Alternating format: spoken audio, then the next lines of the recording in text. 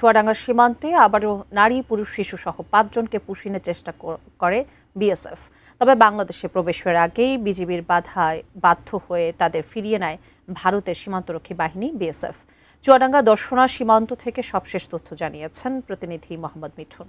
গত 2 সপ্তাহ যাবৎ চুয়াডাঙ্গা 6 বিজিবির যে অধীনস্থ যে সমস্ত সীমান্তবর্তী এলাকা আছে সেগুলোতে কিন্তু বিজিবির তৎপরতায় ভারতের সীমান্তরক্ষী বাহিনী বিএসএফ পুশিন করতে না পারলেও গতকালকে বৃহস্পতিবার ভোর 4টার দিকে এই 6 বিজিবির অধীনস্থ দর্শনা সীমান্ত দিয়ে বিশেষ করে আমরা যখন যে পিলারে দাঁড়িয়ে আছি 76 নাম্বার পিলার, এই পিলারের 4-এর যে অধীনস্থ সেখানে কিন্তু তারা চেষ্টা করে 5 জনকে, নারী শিশু সহ 5 জন ভারতের বিএসএফরা বাংলাদেশে অনুপ্রবেশের চেষ্টা করে। সেই হিসাবে আসলে বিজিবি তৎপরতায় তারা কিন্তু সেই 5 জনকে আবারও ভারতের নিয়ে যেতে বাধ্য হয়।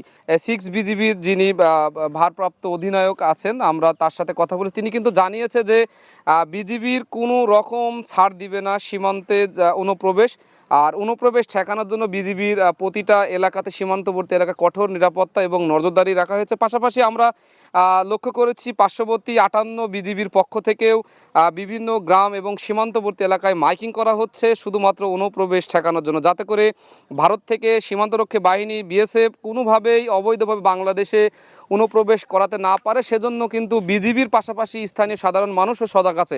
সীমান্তর সুরক্ষার জন্য তারা সার্বক্ষণিক এই বিজিবি নিরাপত্তায় তারা কিন্তু নিয়োজিত আছে। তো সব মিলিয়ে এই ছিল আমার কাছ থেকে চুয়াডাঙ্গার সীমান্তের সর্বশেষ তথ্য।